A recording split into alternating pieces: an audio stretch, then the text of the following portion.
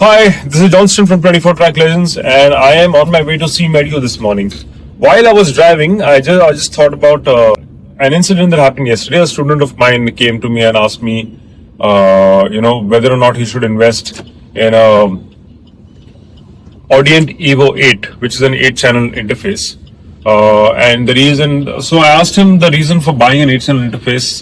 He mentioned that he needed that many channels to for his live performances, and it's great. I think the interface is good, the thought is great. However, he also mentioned that he wanted to buy a flight case and so that he could travel with it, and which I thought was unnecessary for multiple reasons. Okay, number one, you're a student. Getting the money to buy the interface itself is going to be a big task for you. Second, let alone getting the accessories such as a flight case and stuff for it. And do you really need to buy that flight case? I mean, I don't think so, because that you are not going to be traveling, you're not going to be flying around with it, so you don't need to chuck it into check-in luggage. And even if you do, as a student, with the kind of clients you might be performing for, I don't think people are going to pay for excess luggage. That's one thing. Secondly, is that in case something happens to the interface, something happens to the flight case, it will be a big loss for you.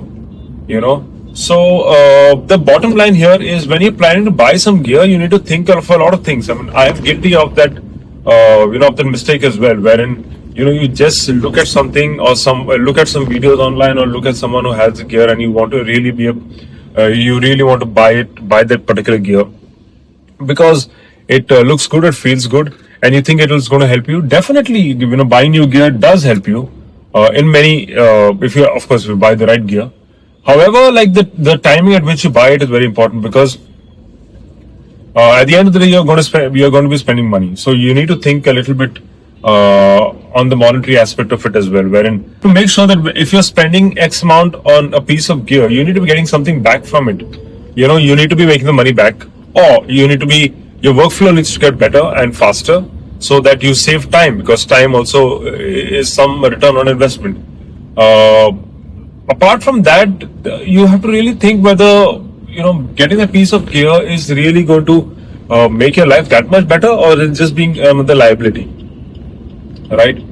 Because it's great to buy fancy new gear, but at the end of the day, if you buy that piece of gear and you use it a couple of times, then it's lying around somewhere in the corner of the room, there's no point for it. So whenever you plan to invest in any gear, think, try to get a demo. If you have friends who use the same thing, try to use it. Try to see how you can make things better for yourself with it, and then try to invest in it. I would suggest, just don't blindly go and splurge money and buy yourself equipment, because more often it turns out to be a waste of money in many cases. I'm guilty of that. A few years back, I bought a pair of monitors thinking, buying the monitors would get me work, and that's not how it is. You have to work to get more work. In retrospect now, I think that I could have bought better monitors, in the sense that I could have bought I bought 8-inch monitors. I could have bought 5-inch monitors, which would have been easier to move around. It would be easier to move them around, and they would take less space.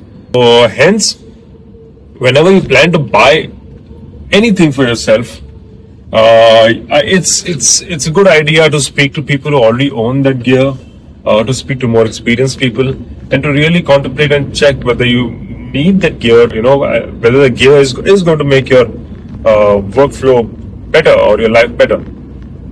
So, I mean, that's the two pieces of advice I had. It's just that, just don't blindly go and buy gear for yourself. Buying gear is great.